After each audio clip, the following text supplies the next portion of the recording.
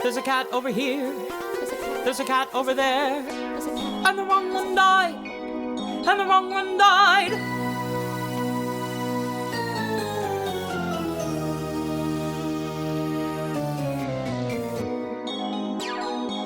Welcome to The Wrong Cat Died, the podcast breakdown of the catastrophe. I'm your host, Mike Abrams, and today we have another amazing guest. He was Mungojerrie in the U.S. National Tour number 6 in 2020.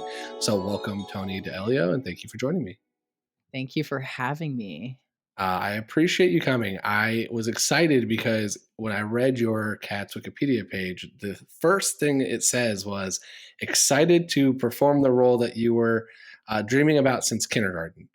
So it sounds like my first question is always about your history with cats. Sounds like you have a history with cats. So tell me a little bit about your first introduction to the musical.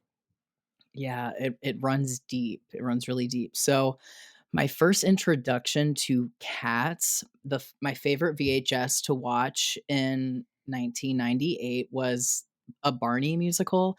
And at the front of that VHS tape was a commercial for cats, and it was the opening number. It was like 60 seconds of what I now know is called B-roll, and it just like captivated me, but my parents didn't have it, so I just thought it was this little clip that played before Barney.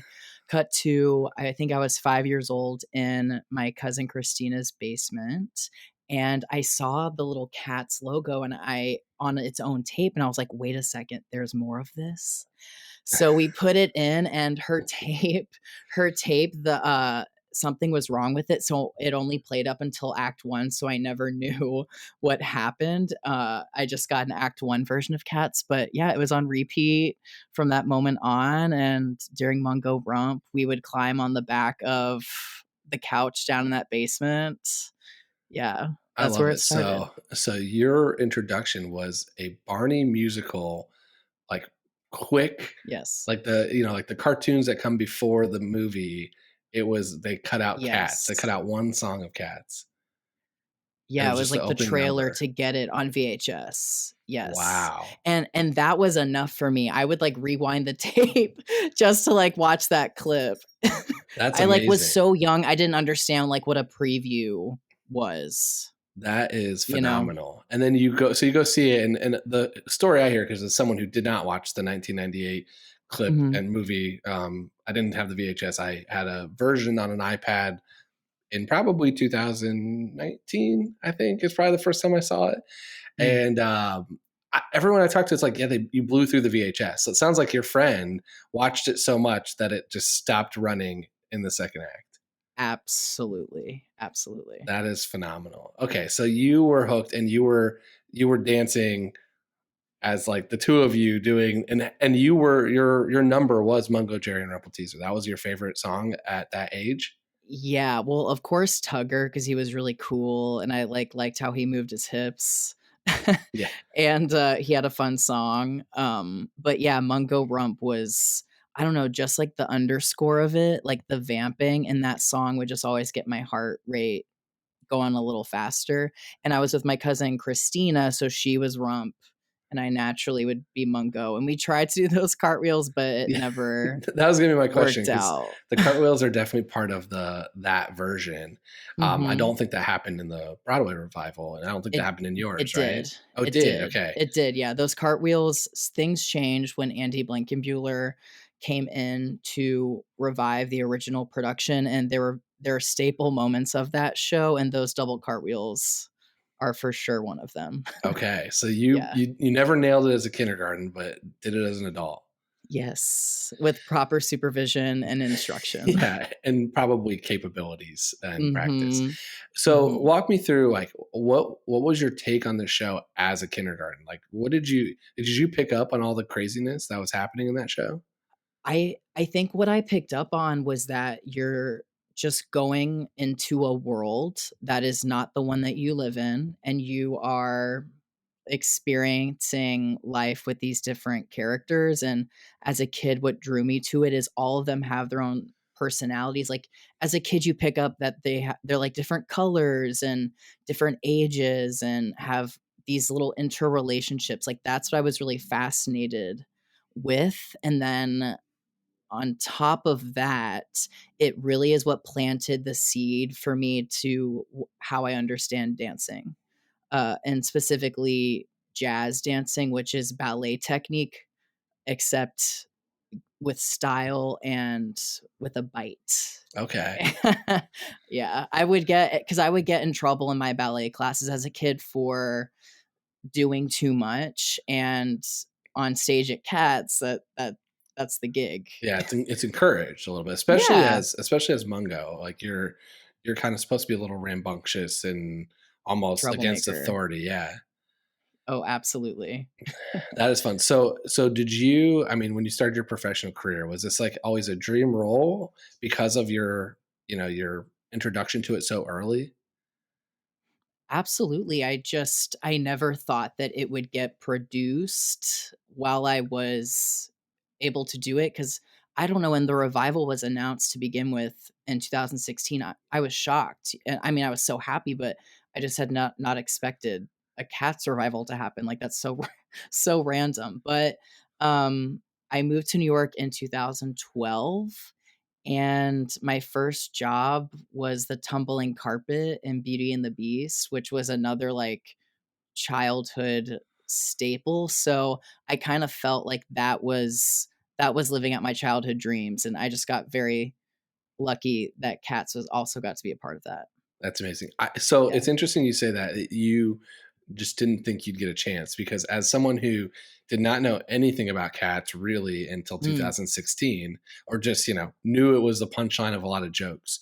yes. Um, Now that I am the one of the foremost experts on cats, I think in the in the world, especially in the someone who's not done it, I am. It's everywhere. It's still in Vienna running right now. It's running Hmm. on a Royal Caribbean cruise right now. I think the South Korean cast just went to Taiwan to finish their tour or continue their tour. So it's so funny hearing you as someone who's in the industry being like, I never thought I'd get to do it, and me being like, it's running in 4 countries right now. I know, I know. See, that's me being very narrow-minded of just looking at New York theater. Yeah, true. And that was, the revival was my introduction to it. And so the 2016.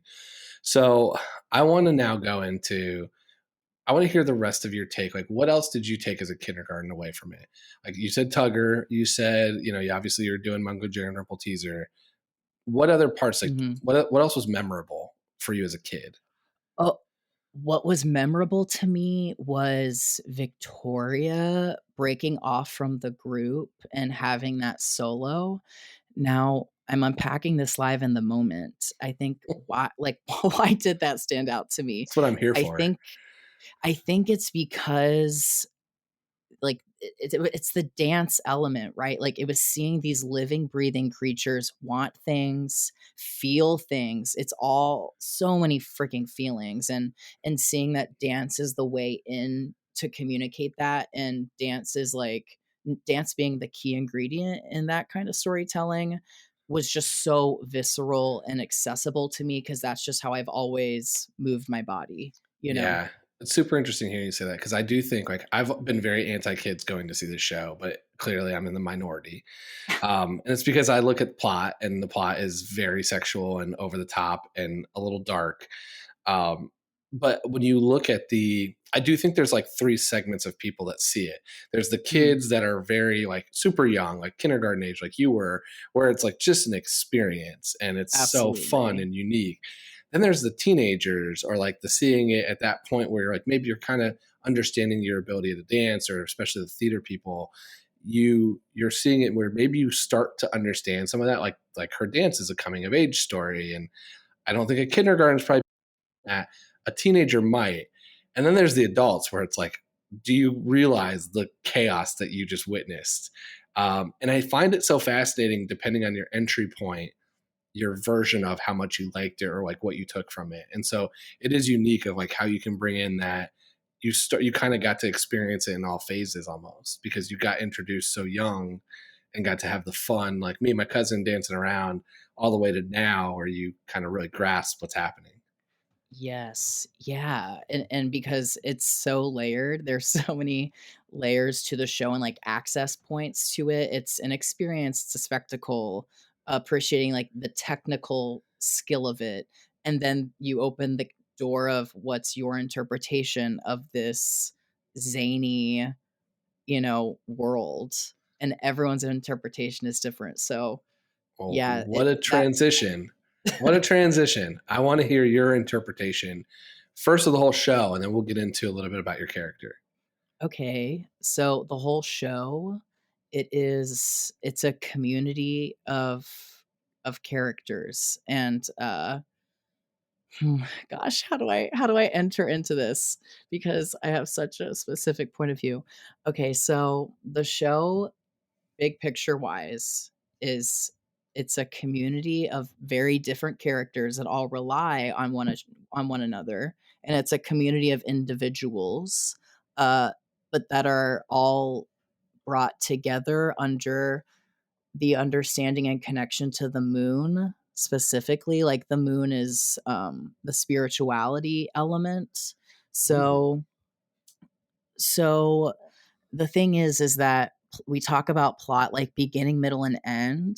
The play happens in real time for the audience. Like there's no like and the next day, like you Yeah. walk into the junkyard and it's happening in real time. So it's performance art. You're watching characters exist, and the audience is to spectate and observe. And of course, if there's 2,000 people in the audience, there should be 2,000 different interpretations of that, because that's how performance art works.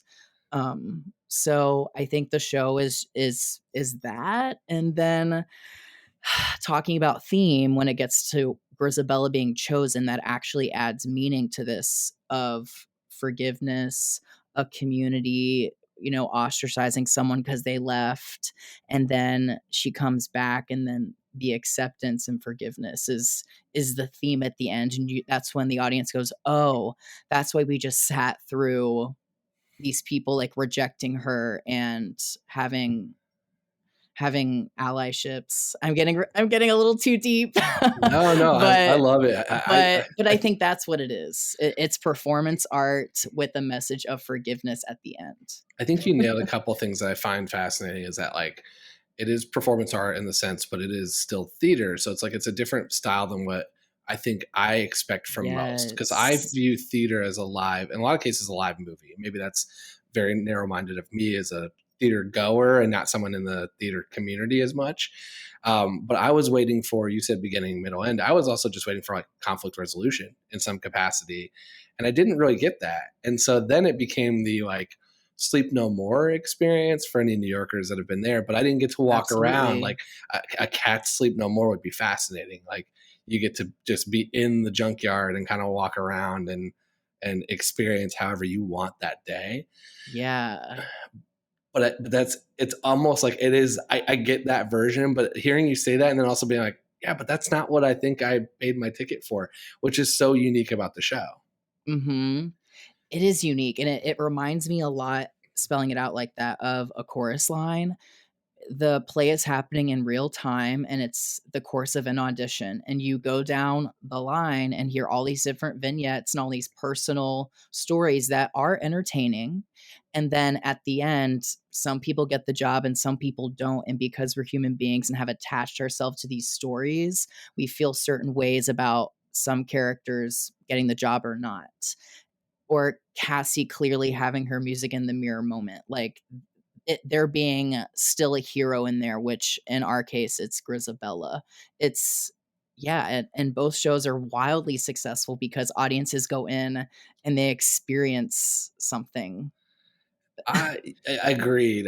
I've heard the Chorus Line comparison a couple times, and it does line up. And as someone who's not seen it, but kind of knows now at least the premise, and it does really line up, and it is similar. I think Cats also has this advantage of it's so bizarre that there's a novelty to it as well. So it's like you add this like, okay, wait, you're going to go see humans dressed up as cats, acting as cats, and treating the whole thing like they are cats, like the way the mannerisms and everything else. So that has to be, and you add in kids because you can bring anybody, any age, and hopefully find it. And the other thing too, I always thought is I noticed a very international crowd the times I've seen it, because it can be performed. Like I'm pretty sure I could listen to in Vienna, they do it in German. Pretty sure I could watch it in German and still pick up most of what's happening. Absolutely. And that's kind Yeah. of a unique piece of it too. But it's not the neat and tidy sitcom that I like, or movie that I went to go see, which is why we're 70 episodes in here of me arguing of why I wanted it different. Oh, I can't wait to hear about that. But I can't wait to hear about that. let's go in. I want to hear your 3 words for Mungojerrie and kind of what you thought really was like the relationships. Like obviously we know the Mungojerrie Rimple teaser, but I have a couple of my theories and things I've read, but curious to hear a little bit about like what your take on your cat was. Yeah. Well, I am obsessed with those 3 words and have taken it with me in every role I play because it determines your attitude, your behavior, and your relationship to others around you. And like that is how you do ensemble building. Like it's so freaking cool. And like we had that exercise where we were in the circle and you had to pick one word and then go into the circle with like a combo of 4 or 5 cats, and you had to play that one word. Like that one word controlled your entire essence, and then Chrissy would be like, okay, add a second word in. And it was really cool to do and also sit back and watch how Mungo Rump, who are a pair, are very different from Tantamile and Corkapat. You know, that is also the a twins are duo crazy. in the ring, you know. So, and that wasn't us just like playing these characters that we think we know. It's like, okay, my first word is cocksure, which is a British slang term for not just being cocky, but like cocky to your own detriment. Which is such a fun attitude to have, cocksure. So I don't think I've ever heard that. I love that. Okay, segueing into the 3 words, they were cocksure, streetwise, and cheeky. Wow. Cheeky. I mean, so like you got a relationship with the audience. Yeah.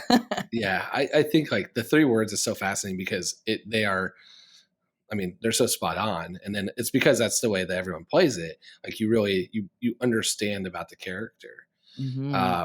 But I did not know cocksure. That's different. I hadn't heard that before because I've talked to one Mungojerrie before, but it was in, many tours ago. Totally. So I don't think they remembered everything, but okay. And so you come in, you're kind of playing that. What do you think, like, how did you play the relationships with the other cats? Like, was there any that you were like, this is dad, this is cousin, brother, friends? Like, how did you play that? Totally. Let's get into it. So, for most important relationship of all is with Rumple Teaser. Of course. And there are, even within our company, like when Anthony Zoss, who is Pouncival, went in as Mungo when I was swung out, their vibe was like they were boyfriend, girlfriend hanging out on the Jersey Shore. Like, those two, excuse my French, assholes, like very different from what Rose and I were, which were brother and sister, and clearly her older brother, her little sis. And we really developed that relationship in the rehearsal room. Just because we never left each other's sides. And that, that came from with talking about boys, talking about like if we were going out that night, like, what are you wearing? Like some, like just mischievous things. Like, I don't know, like we're really soulmates in a lot of ways. And I love her. Shout out to Rose Ianico. Yeah. I've always felt, and maybe it's just, again, the way I've experienced the show or the way I've watched it, that they are brother, sister. That they're or relatives, not a couple. Yes. And so, okay, so it's interesting to hear you say that, and that's fun. And it's also got to be a little bit of you're on tour, so you have a slightly different dynamic compared to I guess being in New York or being in one place at a time, because you're on the road and you're traveling and you're in new cities all the time. So that's got to add to that element, especially in the duos where you're the twins or you and Rump. The change of environment and just like the inside the theater, because the theater would change, and then where you were out in reality would change, and also if Rose and I were in an Airbnb together that week, if we were living together, or if we didn't see each other outside of the show, like that also did impact things. But and And honey, we went on a roller coaster ride together, but we are family, Love it. like, because so much was changing around us, we had to rely on each other, and we had some bumps in the road, but that's what makes a good partnership, is being able to say like, hey, this isn't working for me. Let's talk about it. Yeah. Yeah. It's such a unique piece when you're in a duo like that, and you just like you have to feed off each other because it's going to Yes. be noticeable because your number is together. Mm-hmm. It is a duo doing that, and it's really in your song. All eyes are on you two. For 5.5 minutes. Yeah. That's like, so when we were learning the show outside of our number, we were dance partners, right? Like Corkapat and Tansamile, like they do, oh my gosh, we don't even do that much partnering as them. They are partnering, like weight sharing the entire time. Rose and I, when we got to our number, that's the day that we went from dance partners to scene partners. Cause that, like, yes, you're out there physically with each other and we're picking each other up, but you gotta, like, the heart, soul, and eye contact has to be there. Like, yeah, Hmm. the audience is there, but screw them. Like, you're out there, the two of you just ping ponging Yeah. back and forth. Well, yeah, I mean, and then you add in the cartwheels and like the physical Uh-huh. element of being able to do some of that together. It was the one of the most memorable pieces of the show for me when I saw it the Mhm. first time.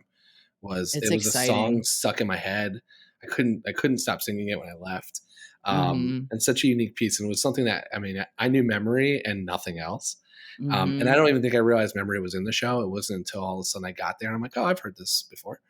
That's Yes. how much I know going into most theater performances. I don't look anything up. I don't research anything. I walk in, and that's made for some interesting experiences for sure. Mhm. But with this one, it's usually pretty fun, and that's what was one of my more fun takeaways from the show. Was I was like, I remember that. I remember the train from Skimbleshanks and some other stuff, um, and being thoroughly entertained. But I want to Mhm. ask about a few more. What about McCavity? What's the relationship to McCavity?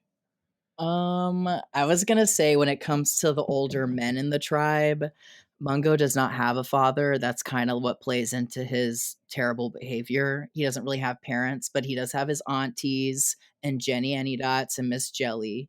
Okay. Like they don't punish me. Like, I'm not put in time out, but they give me a look. And to me, Jenny and Jelly, like, you know, keep that tail between your legs, don't get crazy. But when it comes to the older guys, my Mungojerrie was very visibly queer.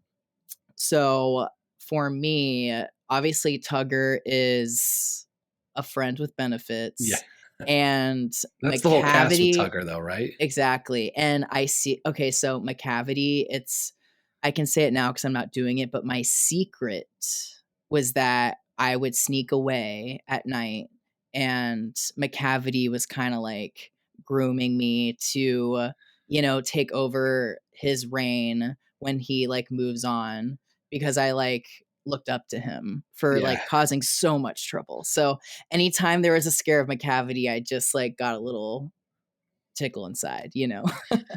I love that that you're kind of bringing that element in, and it's like I love that it's also a now that I'm done, like because that's kind of something I Yeah. always thought. I was always like, these two like they're either the rich kid who knows mom and dad can bail them out type of thing because I think that you guys wear collars, so there's some like maybe you're part of like the house, especially in the new Mhm. movie, like you're breaking into your own house and stealing. Yes. But at the same Yes. time, there's also a little bit of like you are kind of the I always called you the klepto cats, like you're the ones stealing. So maybe you are Mhm. working under McCavity's kind of reign. And so I love hearing that you were behind the scenes kind of yeah, Oh, yeah. you were into that. And it's funny you mentioned the collars. That kind of was a way for all of us to like learn more. Like the day that we got the costumes, it's like, "Oh, okay, like Yeah. who's wifed up right now Yeah. by an owner?" And all the kitten boys who were like my buddies, like Pouncival and Tumble's shy and quiet, but Pouncival is like my buddy. Um, their collars didn't have that big ring on it, but Mungo's for sure did. Like, it's Mungo, Tugger, and Monk who have Mhm. like these really chunky collars with like a big ring on it. And to me, it was kind of like, as an actor, I took it as him trying to fit in. Like he's not yet a grown kitten or a grown cat. He's just kind of like this teenager who is trying to be like one of the big boys. Yeah, that does lend a lot of the other potential rumor mills, is because your collar is similar, that and everyone assumes that Monk and Tugger are brothers, that there might They be are. some relationship there. Like maybe you're either in that family or adopted by that family that owns, like, 5 or 6 cats with collars. Yes. Okay. I love it. Exactly. I'm not related to them, but like the brothers, the trifecta Yeah. of Monk, Tugger, and McCavity. A really funny story about the collars is Tion, who is our Mistopheles. We were saying like, ooh, who has a collar? And Misto does not have one. He has that bow tie. And Tion just goes, I'm free. Yeah. And just like motioned to his neck. Love and it. then that evolved into him just saying that he's a star, because he is, and he has a bow tie. Yeah. And that's a show-stopping number every time. Oh, absolutely. Especially when T did it. Amazing. Yeah. What about in terms of the ball and the Jellicle choice? How do you look at, like, do you even consider Mungojerrie and Rumpelteazer in the running? Absolutely not. No chance. Absolutely not. So another joke that we had was that this light beam would come down and like would hit the wrong cat, and they would just like start like being lifted off the stage. Literally the title of this podcast. Yeah. And Rose and I had this whole bit going where we were like, no, we don't want to go. Holding on to each other. My newest thing is I still want to have, because especially on tour, when you're moving around city to city, I want to have a different cat picked every night, and then not have that cat in the performance the next day. Like they were picked and they're out. So now they got to go to the next ball and they're out. So you're into the next one, which you would never do, because like you want to see the performers. I don't mean it from a standpoint of like how talented everyone is. It's more of a standpoint of like from the storytelling. I think it'd be fun to say like, okay, we took this cat out to be reborn. Now they're gone. Next person, and you get a day off the next day. Yeah, I love the way that's why you're looking at it. I'm purely writing here, and you're like, oh, I would take take the day off. Yeah, exactly. Okay, let's shift gears into a little bit of rapid fire. Okay. If you were not playing Mungo, who would you want to play and why? And let's say you can be any cat, doesn't matter. Male, female, vocal range, anything, just anybody, anyone that you want that you could just play for a day. Okay. I'm going to go with Tugger.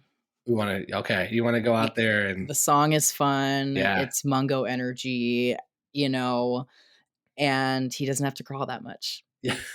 Okay. And you get to just like completely like thrust the entire show. Absolutely. Love it. Who are your favorite and least favorite cats? Characters, not actors. Of course. Least favorite? I'm sorry, but Grisabella. Oh, this is good. I'm like, move it, girl. Like when I saw it as a kid, I was like, move it along. Like, we get it. I'm sorry. And I just like, I hissed at her for a year of my life, and it can't go away. Okay.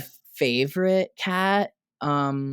I love Gus the theater cat, because he is always giving like the most Shakespearean performance of your life. Like in any moment on that stage, look over at Gus and it's like, how does Gus feel about this? I promise you it's good. I love that. It's good. It's always a hot take. This is lending well for my final question, but we're not there yet. What is your favorite song? I'm gonna say Mungo Rump. Okay, you love it. What if I take that out, because you did that so much? So I love it. Okay, honestly, the dance break of the ball, the ending of the opening number, Jellicle song for Jellicle Cats, from specifically statistical cats to the end, to the Okay. button. Okay. Love it. Yeah, it's very specific. You kind of were on right before the pandemic. So I kind of I enjoyed went back. asking. Yeah, I know, but I've kind of enjoyed asking which cat, character wise, do you think in the beginning of the pandemic, March 2020, which cat was living their best life still?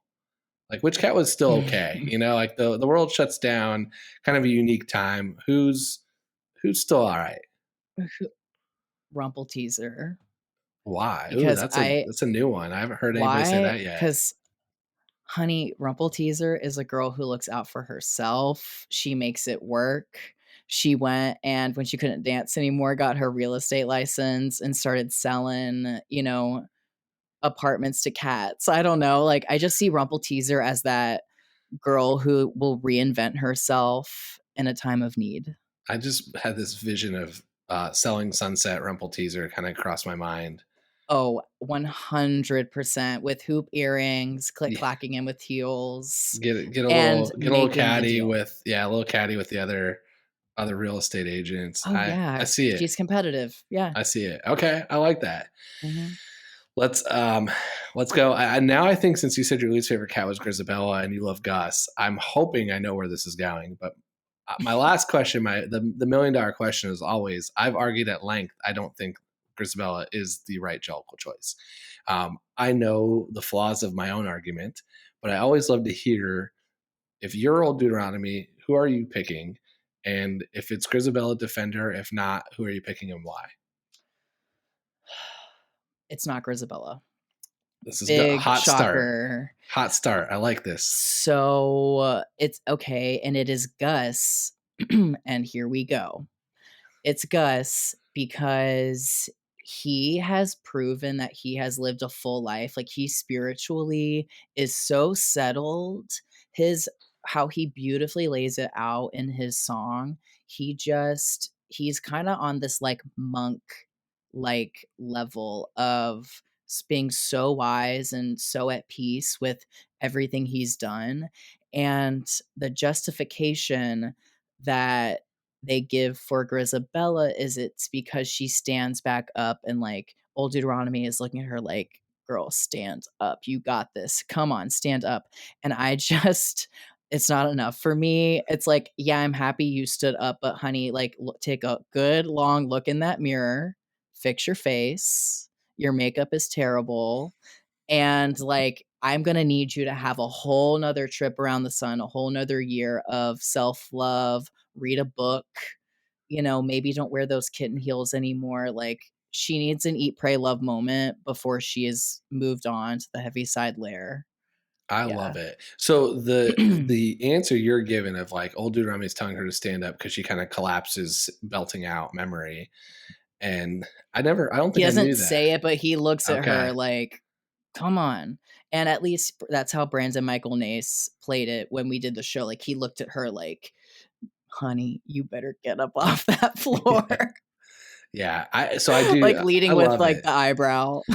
The part that you said that has really I've struggled with as the more I've talked about this is that the whole redemption story for Grisabella doesn't make sense to redeem her and immediately murder her. It's like give her year with the tribe. Yeah, exactly. It's like, okay, like we accept you. Bye. Yeah, Like we what accept a you. Peace. Good luck.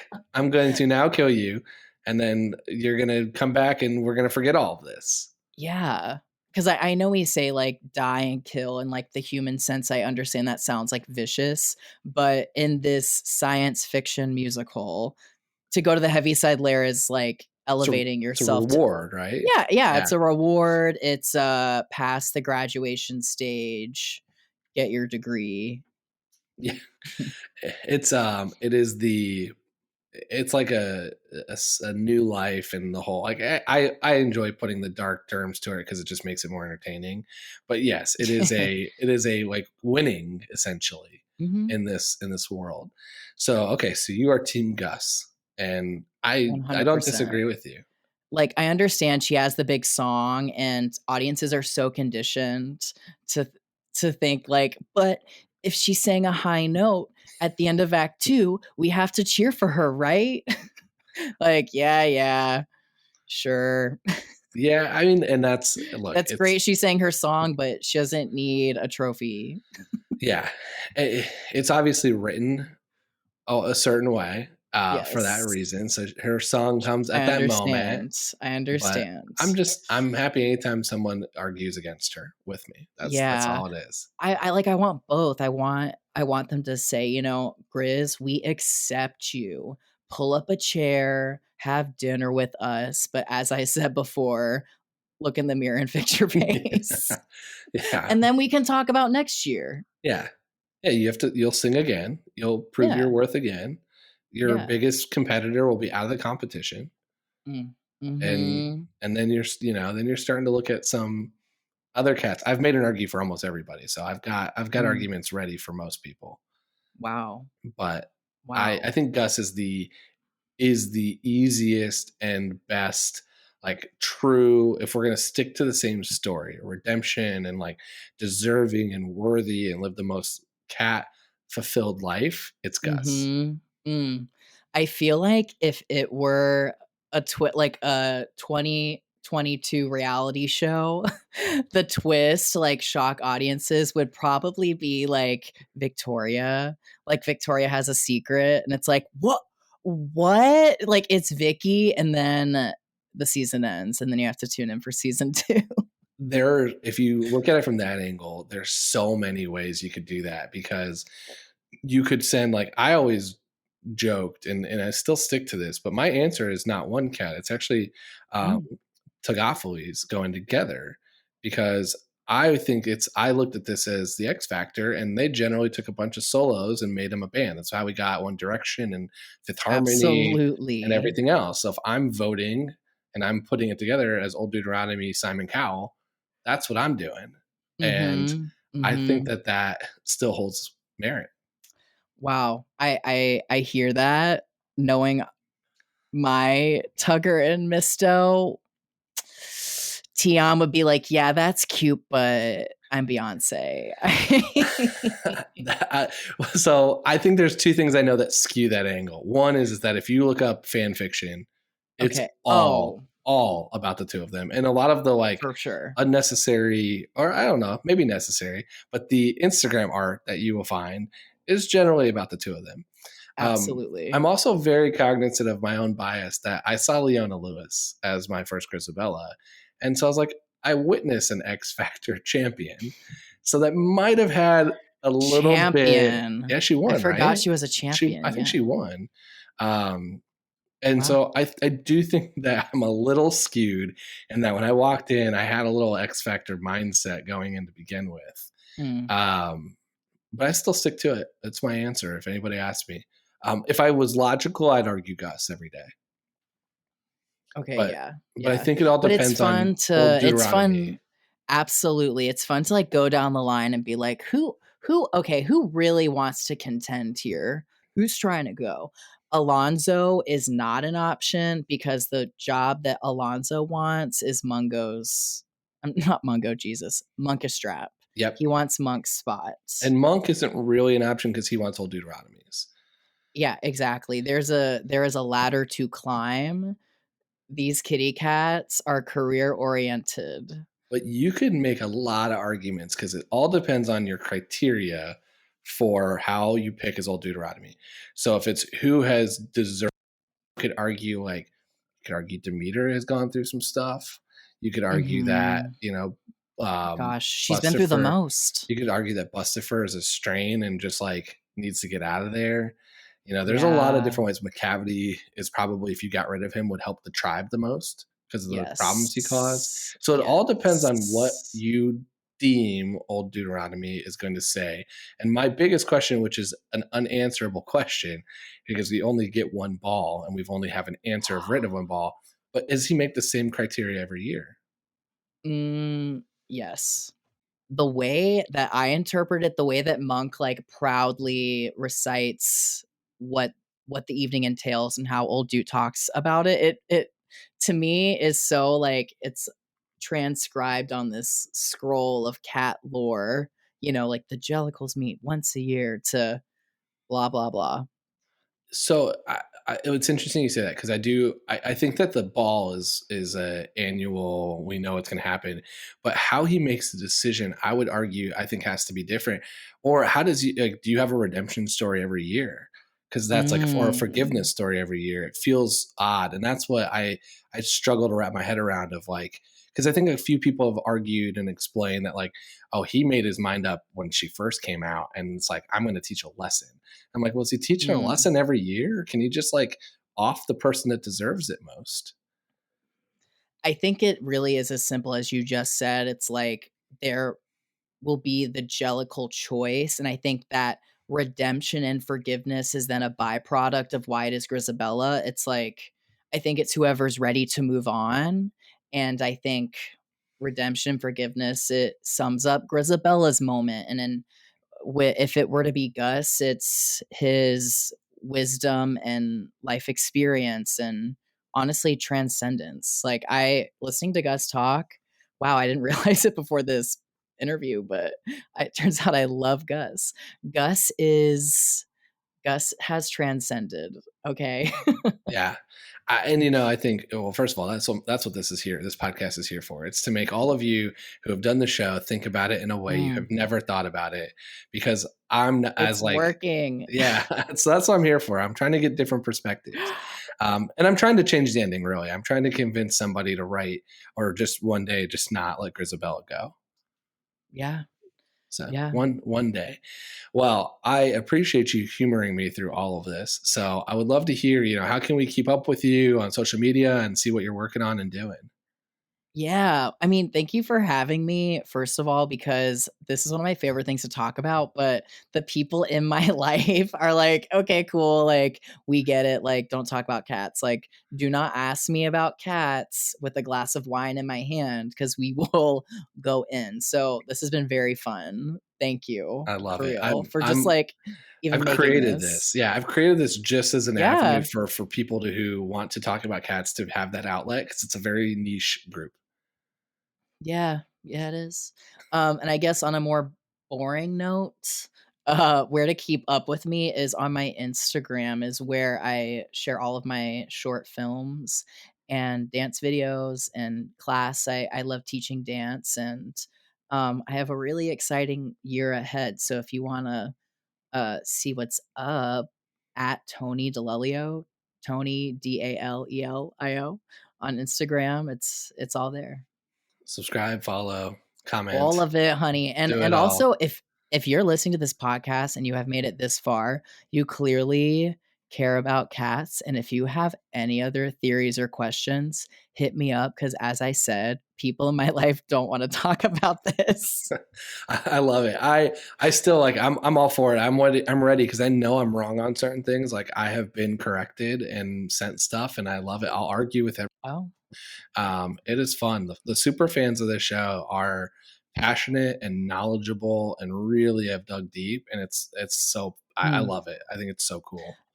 I wanna say, like, as a fan of this show, as part of the fan base, meeting other, like, Jellicle fans at the stage door truly it was a highlight of the experience for me because I've been very fortunate to have toured a lot over the past 10 years, and there was something about, like, the Cats fans, similar with Kinky, it was mostly queer kids who, like, felt some kind of, like, pull and identity and safety with these characters because, as a queer person myself, I love it because gender doesn't exist in this world. It's felinity. So, yeah, I don't know, and just, like, nerdy theater kids, which is home for me, you know? It's you can identify with probably one cat in the show, which is what's so Absolutely. fun, because you can definitely walk out feeling a part of it, and you're really invited without being invited in. It's like Mhm. you're allowed to you're given the ability to watch this unique thing, and it's kind of treated that way. It's like the cats kind of ignore you, but it's like, you know what, we'll deal with y'all. You can watch, like, welcome. Yeah. Yeah, exactly. If it were dogs, they would be starved for attention, Yeah, but the cat point of view is, "I know you're looking, yeah, and I'm here." yeah. You're welcome. That is exactly it.